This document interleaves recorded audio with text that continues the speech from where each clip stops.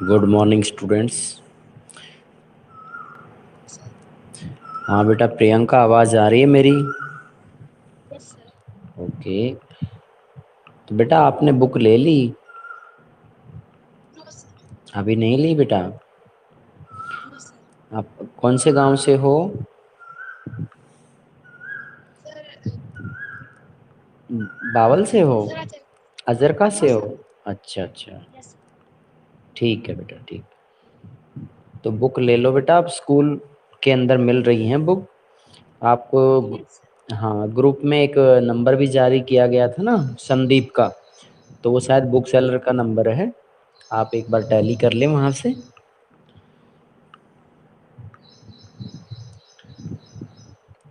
अब ये लड़कियां, बाकी आपकी क्लास के बच्चे कम ज्वाइन होते हैं, क्या बात है पता नहीं। इनको संगीता मैम से बात हुई थी मेरी कल, तो वो ये कह रहे थे कि भाई 5-4 बच्चे आते हैं, 5 या 6 बस, इससे हद से ज़्यादा नहीं आते। तो बेटा ध्यान रखिएगा, क्लास को टाइम से आप ज्वाइन किया करो। Okay sir. हाँ बेटा। और आपको कोई भी पीछे का टॉपिक में कोई थोड़ी बहुत प्रॉब्लम है तो वो भी पूछ लिया करो। और अपना इन बिटवीन क्वेश्चन आंसर आप टॉपिक बेस से नोट्स बनाना चाहते हो, नोट्स बना लो। और अगर आप जैसे आज के समय में बेटा यूट्यूब पर भी या फिर गूगल पे आप सर्च करके देखते हो तो बहुत से नोट्स अवेलेबल हो जाते हैं, चाहे आप हिंदी मीडियम में इंग्लिश में जैसे भी देखना चाहो, तो वो भी आपके काम आ सकते हैं, वहाँ से देख के भी लिख सकते हैं। एक सीबीएसई गाइड नाम से एक ऐप आता है बेटा, उस पे भी अवेलेबल होते हैं, उस पर पीडीएफ मिल जाती हैं। सीबीएसई गाइड नाम से एक ऐप आता है बेटा, यस सर। आपने देखा है? हाँ। Yes sir. हाँ तो बेटा उस पे देखना, आप क्लास जो भी सब्जेक्ट आप ओपन करना चाहो कर सकते हो उसमें। और उसमें एनसीईआरटी के क्वेश्चन देखने हैं, एक्स्ट्रा देखने हैं, वेरी शॉर्ट देखने, जैसे भी देखना चाहो वैसे ही आपको अवेलेबल मिल जाएंगे। और वहाँ से करना बहुत आसान रहता है, साफ साफ बिल्कुल प्रिंटेड होते हैं, कोई दिक्कत नहीं होती है। तो बेटा यहाँ पे कुछ पूछना है तो पूछिए बेटा प्रियंका। No sir. ओके।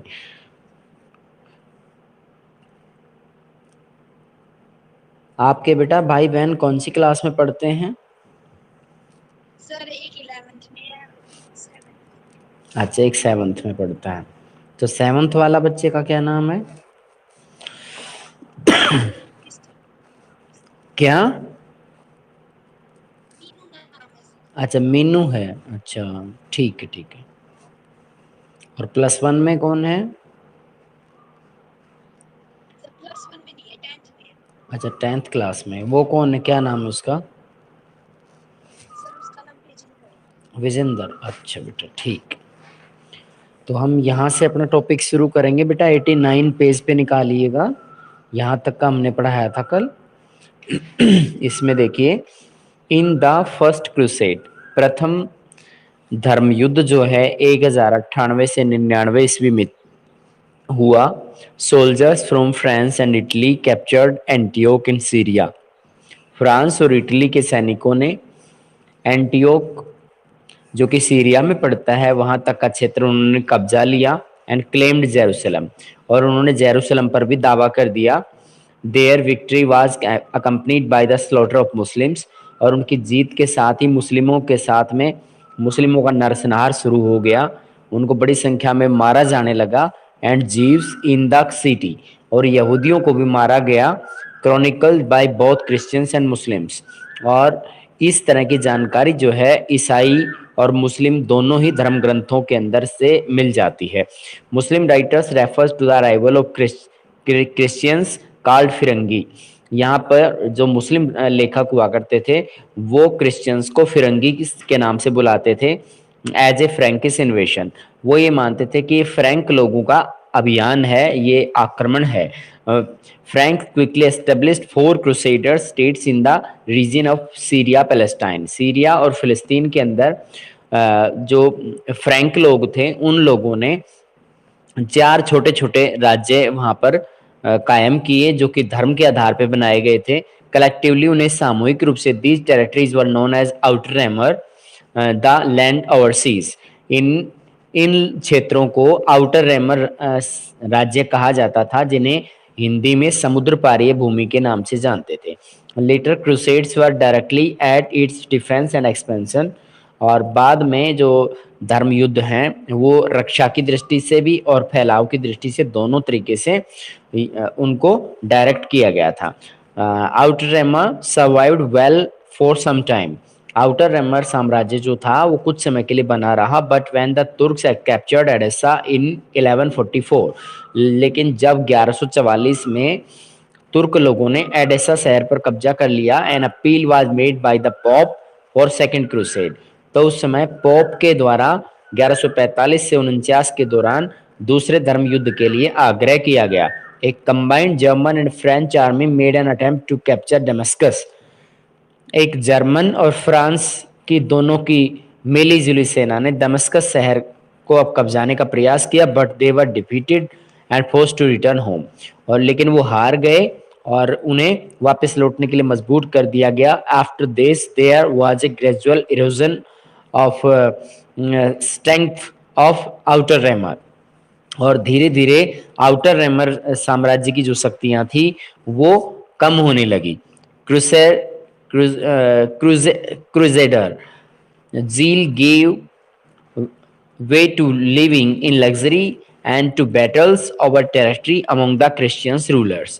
यहाँ पर जो क्रूसेडर झील के बारे में बताया गया है कि ये बहुत ही आरामदायक जीवन उस समय जिया करते थे, and to battle over territory, और विभिन्न क्षेत्रों के लिए युद्ध भी लड़ा करते थे, अमोंग द क्रिश्चियन रूलर्स। और किसके साथ लड़ते थे? ईसाई शासकों के साथ में लड़ते थे। सलाह अल दीन, जिसे सलादीन कहा जाता था, created an Egypto Syrian empire. उसने इजिप्ट से लेकर सीरिया के क्षेत्र तक साम्राज्य स्थापित किया, and gave the call for jihad, और उसे नाम दिया जिहाद का, और a holy war against the Christians. और ईसाइयों के विरुद्ध उसने एक धर्म युद्ध या पवित्र युद्ध का का नाम इसका रखा, और आग्रह किया लोगों से मोटिवेट करने के लिए, जुड़ने के लिए। एंड डिफीटेड देम इन 1187, और 1187 में उन्हें हरा दिया गया। ही रिगेन जेरूसलम, उसने दोबारा से जेरूसलम को प्राप्त किया, nearly a century after the first crusade, पहली सदी के लगभग एक सदी के बाद इन्होंने क्या किया? इस जेरूसलम को दोबारा से जीत लिया। Record of the time indicate that the सलाह अल दीन treatment of the Christians population was humane. और यहाँ पर ये बताया गया है, इस तरह का लेखन उपलब्ध है, इस तरह के विवरण उपलब्ध हैं कि सलाह अल दीन ने जो ईसाइयों के साथ जो व्यवहार था उसका, वो बहुत ही दुष्टतापूर्वक था, बहुत उन्हें तंग किया गया। In marked contrast to way in which Christians had earlier dealt with Muslims and Jews. और इसके तुलना अगर की जाए तो जो क्रिश्चियंस हैं और जो मुस्लिम्स हैं, उन लोगों के साथ या यहूदियों के साथ जो क्रिश्चियंस का व्यवहार था वो काफ़ी कड़वाहट भरा था। लेकिन इसका व्यवहार बताया गया है कि सलाह अल दीन का व्यवहार इतना ज़्यादा कड़वा नहीं था। Although he gave custody of the church of the holy sepulchre to the Christians. उसने यहाँ किया कि चर्च के अंदर यहाँ पर कुछ जो धार्मिक नेता हुआ करते थे उन्हें भी जो चर्च से जुड़े हुए थे उन लोगों को भी शरण प्रदान किए। Number of churches were turn into mosque. उस समय पर बड़ी संख्या के अंदर चर्चों को और मस्जिद का रूप दे दिया गया। Jerusalem once again became a Muslim city. और इसके साम्राज्य के दौरान जेरूसलम एक दोबारा से मुस्लिम शहर बन गया, क्योंकि इसका इतना कड़वाहट भरा व्यवहार तो नहीं था, लेकिन इसने बाद में उनके साथ बहुत ज़्यादा सख्ती दिखाई। The loss of the city prompted a third crusade in 1189। और 1189 के अंदर एक तीसरा जो धर्म युद्ध के लिए प्रोत्साहन दिया गया, और उसका बड़ा नुकसान हुआ। But the crusader gain little except for some coastal town in Palestine. लेकिन धर्म युद्ध लड़ने वालों को केवल फलस्तीन के तटवर्ती इलाकों के अलावा उन्हें कुछ नहीं मिला। Free access to Jerusalem for Christian pilgrims. और जो ईसाइयों के लिए पवित्र धार्मिक शहर जेरूसलम था वहां तक की पहुंच उन्हें मिल चुकी थी, उनकी परमिशन उन्हें मिल चुकी थी। The Mamluk the rulers of Egypt, Mamluk जो कि इजिप्ट के अंदर यानी मिस्र के शासक हुआ करते थे, finally drove the crusading Christians from all of the Palestine in 1291। उन्होंने क्या किया, सभी ईसाइयों को जो कि धर्म युद्ध में शामिल थे, उन्हें 1291 में फिलिस्तीन से क्या किया गया, Christians from all of the Palestine in 1291। उन्होंने अंतिम रूप से जो युद्ध करने वाले जो भी लोग इसके अंदर चर्च यानी ईसाई लोग शामिल थे, तो उन्हें 1291 तक फिलिस्तीन से बाहर कर दिया। Europe gradually lost military interest in Islam, और धीरे धीरे करके यूरोप का सैन्य जो अभियानों के अंदर उसकी रुचि घटती गई। Focused on it's internal political and cultural development, और उसका राजनीतिक और सांस्कृतिक विकास पर अधिक ध्यान रहा, यानी अब इन्होंने युद्ध लड़ना छोड़ दिया। The crusades left a lasting impact on two aspect of Christian Muslim relations. इन धर्म युद्धों का एक बहुत ही बड़े दो पहलू सामने आते हैं, जो कि क्रिश्चियंस का और मुस्लिम के आपस में संबंध से काफी कुछ बदलाव आया। तो क्या क्या बदलाव हुए थे वो देखिएगा। One was the harsher attitude of the Muslim state towards it's Christian subject which resulted from the bitter memories of the conflict as well as the need of the security in area of mixed population। और यहाँ पर ये बताया गया कि मुस्लिमों का जो कट्टर व्यवहार था,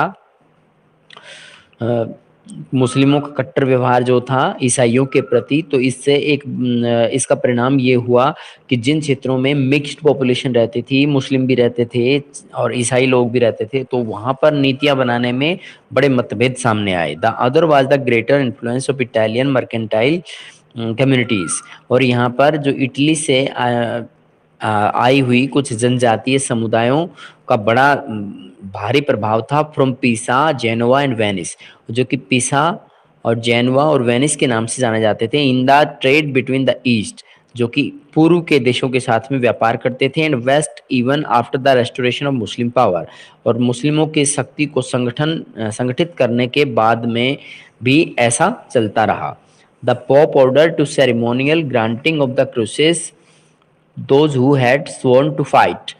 पोप ने आदेश दे दिया था कि भाई ये हमारा अनुष्ठान है एक तरह से कि अपने क्रॉस को बचाने के लिए और अपनी तलवार को अपने हाथ में लेकर के हमें लड़ना होगा। अब इससे आगे देखिएगा बेटा, economy, agriculture and urbanisation. Agriculture was principal occupation of settled population in the newly conquered territories। नए जीते हुए क्षेत्रों में कृषि जो है प्रमुख व्यवसाय होता था, क्योंकि व्यवस्थित रूप से जनसंख्या वहां बसी हुई थी। Islamic state had no change in this, Muslim राज्य के अंदर इस दौरान कोई बदलाव नहीं किया गया। Land was owned by big and small peasants, जमीन बड़े और छोटे किसानों के पास रहती थी। इन सम केसेस, कभी कभी ऐसा भी होता था, by the state in Iraq and Iran, जैसे इराक और ईरान के अंदर राज्य के अंदर होता था। Land existed in the fairly large units cultivated by peasants, यानी जमीन को बड़ी बड़ी इकाइयों में बांटा गया था। State owners collected taxes on the behalf of state during the Sasanian as well as Islamic period, और जैसे कि ससानी साम्राज्य में और यहाँ तक कि इस्लामिक साम्राज्य के पीरियड के अंदर भी यहाँ पर बड़े बड़े जो जमींदार लोग होते थे वो जमीन और राज्य की तरफ से पैसा इकट्ठा करते थे टैक्स के रूप में।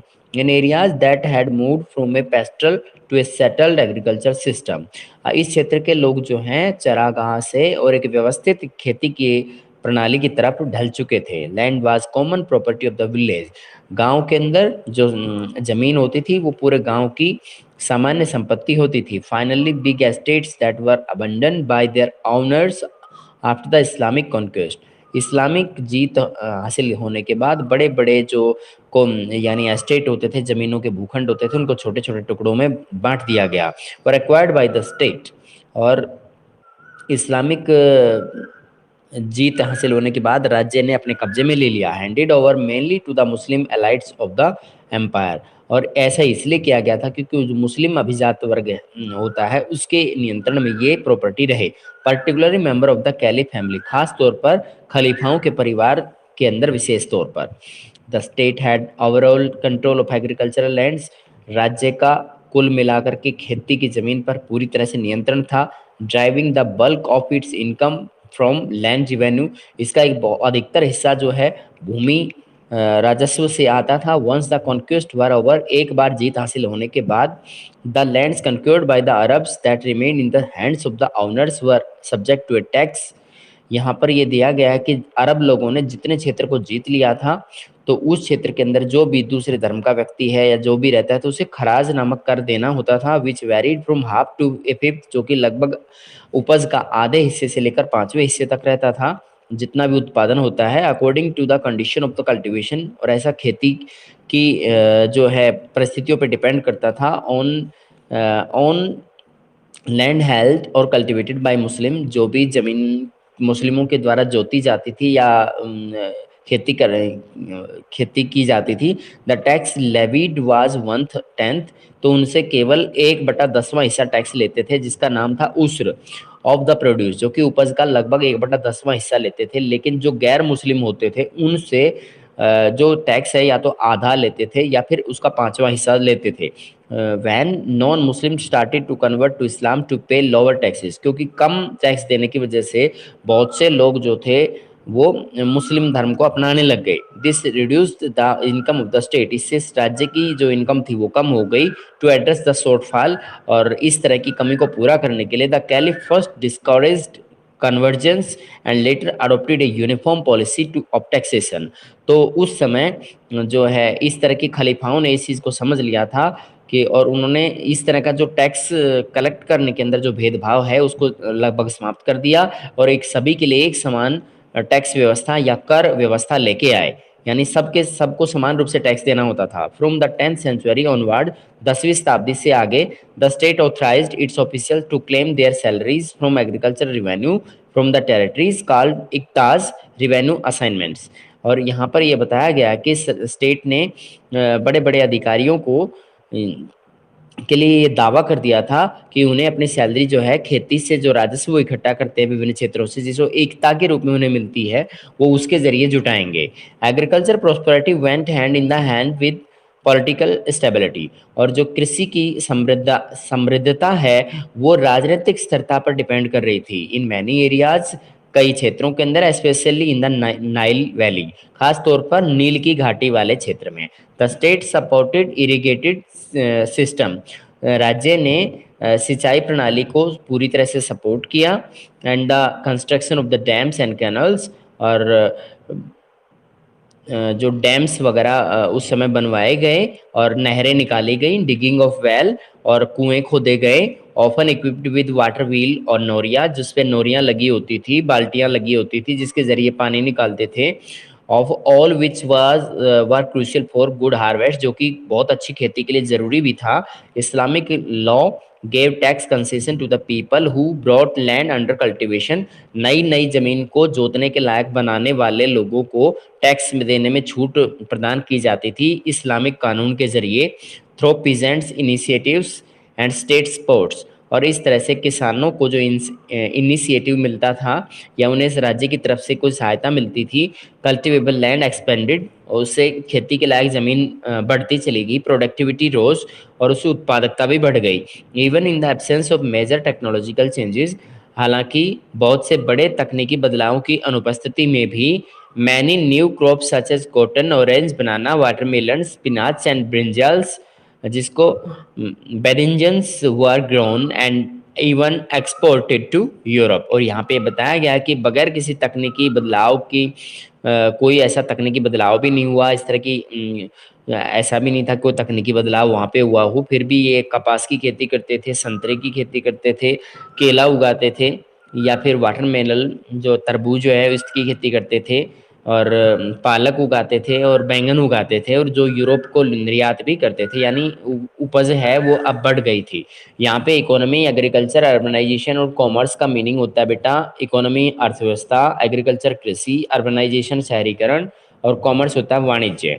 तो यहाँ पे grain harvesting the labourers, lunch is being brought on A tray. यहाँ पर जो फसल काटने वाले जो श्रमिक हैं उनके लिए लंच जो कि एक ट्रे में रख करके लाया गया है। And Arabic version of the pseudo gallons book of antidotes, जो कि एंटीडोट्स की बुक के अंदर स्यूडो गैलेंस के नामक जो बुक है उसके अंदर रखा हुआ है, उसके अंदर ये जगह दी गई है। ये 1199 की बात है बेटा। यहाँ तक बताओ, बताओ कोई प्रॉब्लम है तो। अब आप फ्रैंक्स इन सीरिया, यहाँ देखिए ये टॉपिक जो आपका बीच में रह गया है, फ्रैंक्स इन सीरिया, यानी सीरिया में फ्रैंक लोगों का किस तरह का प्रभाव रहा, वहाँ पे किस तरह की टैक्सेशन व्यवस्था लागू की, वहाँ के लोगों को किस तरह से रहना पड़ रहा था और इनकी नीतियाँ कैसी थी। The treatment of subjugated the Muslim population different among the various Frankish lords. Frank शासकों के द्वारा मुस्लिम जनसंख्या को मतलब बहुत अच्छे तरीके से ट्रीट करने के लिए, यानी अलग अलग तरीके से ट्रीट किया गया था। द ईयरलीस्ट ऑफ क्रूसेडर्स, जो शुरुआती जो धर्म शासक होते थे, यानी धर्म के आधार पे जिनको बनाया गया था, वो settle down in Syria and Palestine, जो कि सीरिया और पैलेस्टाइन के अंदर व्यवस्थित रूप से रहने लगे। Were generally more tolerant of the Muslim population, वे सामान्य से ज़्यादा मुस्लिम जनसंख्या के प्रति सहनशील होते थे। Then those who came later, जो कि बाद में आए वो सहनशील इतने नहीं थे। इन हिज मेमोयर्स, उनकी इस तरह की यादगारों के अंदर, उस्मा इबन मुनकिद ए 12th सेंचुरी सीरियन मुस्लिम, जो कि 12वीं सदी के सीरियाई मुस्लिम थे और उसका नाम था ओसामा इब्न मुनकिद, जो कि has something interesting to say about his new neighbours, वह अपने नए पड़ोसियों के बारे में कुछ रुचिकर बात बताना चाहते हैं। Among the Franks there are some who have settled down in this country, वह फ्रैंक्स के विषय में बताते हुए कहते हैं कि इनमें से कुछ लोग ऐसे हैं जो देश के अंदर इस समय बस गए हैं और यहाँ पे खेती करते हैं। एंड एसोसिएटेड विद मुस्लिम्स, और मुस्लिमों से जुड़े रहते हैं, यानी उनके साथ मिलकर रहते हैं। And these are better than the newcomers, यह नए नए आगंतुक लोगों से ज़्यादा अच्छे हैं। But they are exception to the rule and no interference can be drawn from them, और यहाँ पे बताया गया है कि उन पे इनको कुछ छूट भी दी जाती है शासन के द्वारा, और इन पे किसी भी तरह का दबाव भी नहीं डाला जाता है। हियर इज एन एग्जांपल, यहाँ पे एक उदाहरण दिया गया है। Once I sent a man to Antioch on business, जब मैंने बिजनेस के पर्पज से एक व्यक्ति को एंटियोक भेजा। At the time chief Theodore Sophianos an eastern Christian was there and he and I were friends and he was then all powerful in Antioch।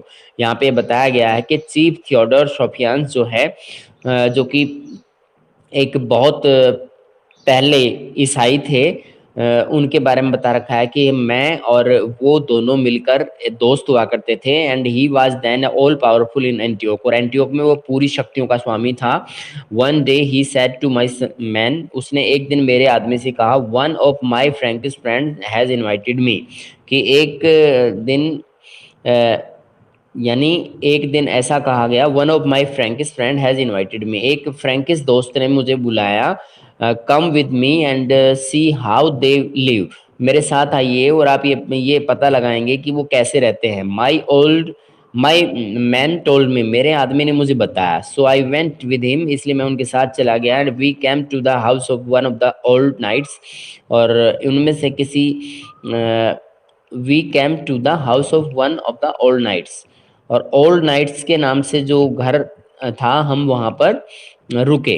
Those who had come with the first Frankish expedition, जो कि सबसे पहले Frankish अभियान के दौरान आकर के शायद वहाँ पे बसे थे, तो उनके घर में हम गए थे। He had already retired from state, वह सरकारी सेवा से सेवानिवृत्त हो चुके थे। एंड मिलिट्री सर्विस, और सेना की सेवा से भी सेवानिवृत्त हो चुके थे। And a property in Antioch, और उसके पास एंटियोक शहर के अंदर संपत्ति थी। फ्रॉम विच ही लिव्ड, जहाँ पर वह रहता था। ही प्रोड्यूस्ड ए फाइन टेबल, उसने एक बहुत ही सुंदर मेज लगाई। विद फूड बहुत टेस्टी एंड क्लीनली सर्व्ड, उसने बहुत अच्छे साफ सुथरे ढंग से बहुत ही स्वादिष्ट भोजन और साफ सफाई से उसने परोस दिया। He saw that I was reluctant to eat, उसने देखा कि मैं थोड़ा सा असमंजस में था खाने को लेकर के and said eat to your hearts content, कि आप अपनी और उस व्यक्ति ने देखा कि ये व्यक्ति थोड़ा शर्मा रहा है, हिचकिचा रहा है, तो उसने कहा कि आप अपने मन पसंद की चीज़ खा सकते हैं। For I do not eat Francis food, क्यों, अगर आपको फ्रैंकिस फूड नहीं खाना है तो आप बदल सकते हैं। आई हैव इजिप्टियन वुमेन कुक्स, और मैं अपने पास में एक मिस्र की औरत से खाना पकवाता हूँ। And eat nothing but what they prepare, मैं इनमें से कुछ नहीं खा सकता हूँ। And but they what they prepare, जो उन्होंने तैयार किया है उसमें से नहीं खा सकता हूँ। No does swine flesh ever enter my house, और कभी भी इस तरह का कोई मांस वगैरह भी मेरे घर में नहीं आता है। So I ate but with some cautions, मैं खाता ज़रूर हूँ लेकिन मैं कुछ सावधानियों के साथ में खाता हूँ। And we took our leave, और हम वहाँ से चल दिए। Later I was walking through the market, जब मैं एक मार्केट से होकर के गुजर रहा था, when suddenly Frankish woman caught hold of me, तो एक फ्रैंकिस वुमैन ने मेरा हाथ पकड़ लिया। And began jabbering in their language, और अपनी भाषा में वो बुदबुदा रही थी, बोल रही थी। आई कुड नॉट अंडरस्टैंड, मैं उसकी भाषा नहीं समझ पाया। व्हाट सी वाज सेइंग, वह क्या कह रही थी। A crowd of Frank collected against me, तो तुरंत वहां पे फ्रैंक लोगों की भीड़ ने मुझे घेर लिया। And I was sure that my and had come, और मैंने पक्का सोच लिया था कि अब ये शायद मुझे मार देंगे। Then suddenly that same knight appeared and saw me and came up to that woman and asked her, और उसी रात्रि जो जो हम वहाँ पे रुके थे, मैंने उन लोगों को वहाँ देखा था, तो उस महिला ने वो वहाँ पर आ गई और उन्होंने मुझे बचाया। What do you want of this Muslim, तो मुस्लिम के विषय में क्या चाहते हो। सी रिप्लाइड, उसने कहा ही किल्ड माई ब्रदर हुरसो, उसने मेरे भाई हुरसो को मार दिया है। This Hurso was a knight of Apamea, ये अफामिया का ये हुरसो जो था अफामिया का एक नाइट नाम का एक युद्ध युद्ध घुड़सवार होता था, जो कि बड़े जमींदारों की तरह से टैक्स व्यवस्था को संभालते थे। वो had been killed by someone, वह किसी व्यक्ति के द्वारा मार दिया गया था। फ्रॉम द आर्मी ऑफ हमा, और हमाम की जो सेना है उसके अंदर उसे किसी ने मार दिया था। Then the knight shouted at her, और उसके बाद जो नाइट है वो उस पर चिल्लाया। And said this man is a burgess, ये बुर्जुआ है, यानी एक मजदूर वर्ग से बिलोंग करता है, बुर्जुआ वर्ग से है। दैट इज ए मर्चेंट, है व्यापारी का काम भी करता है। And it is does not fight और गो टू वार, ये कभी लड़ता नहीं है, ना ये युद्ध लड़ने के लिए कभी गया, कहीं पे गया। And he shouted at the crowd, और वह भीड़ पे चिल्लाता है। एंड दे डिस्पर्स्ड, और फिर वो वहां से चले जाते हैं सभी लोग। Then he took my hand, तब उसने मेरा हाथ अपने हाथ में लिया। वेंट अवे, और वहां से चल दिए। So the effect of that meal that I had was to save me from death, और इस तरह का जो भोजन मैंने वहां पे किया था उसका ये प्रभाव था कि मैं अपनी मौत से मतलब बच गया था। ये किताब अल इतिबार नाम की जो पुस्तक है उसके अंदर इस तरह की विवरण डाला गया है। फ्रैंक इन सीरिया, सीरिया में फ्रैंक लोगों का किस तरह का प्रभाव है। यहाँ पे इनका एक भवन बना हुआ है जो कि एक बहुत ऊंचे क्षेत्र पर है, आप देख सकते हैं पहाड़ों पर बना हुआ है। और इसके अंदर हमने एग्रीकल्चर का सिस्टम इनका पढ़ लिया है। ठीक है बेटा, अब यहाँ तक बताओ बेटा, कोई बात समझ में नहीं आई हो तो यहाँ तक बताइएगा।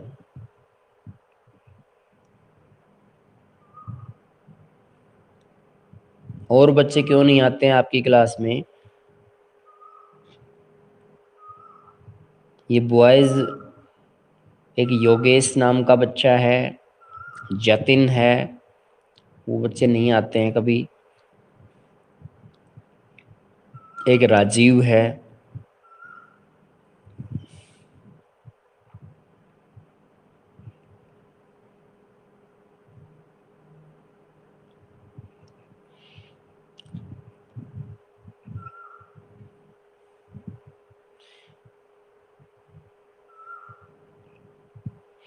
हाँ बेटा, कुछ पूछना है आपको मधु।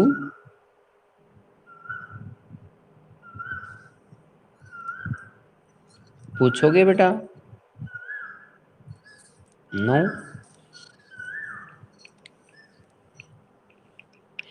अब आप इस पैराग्राफ को देखिएगा। अब यहाँ तक ही पढ़ाएं या आगे चलें, बताओ बेटा।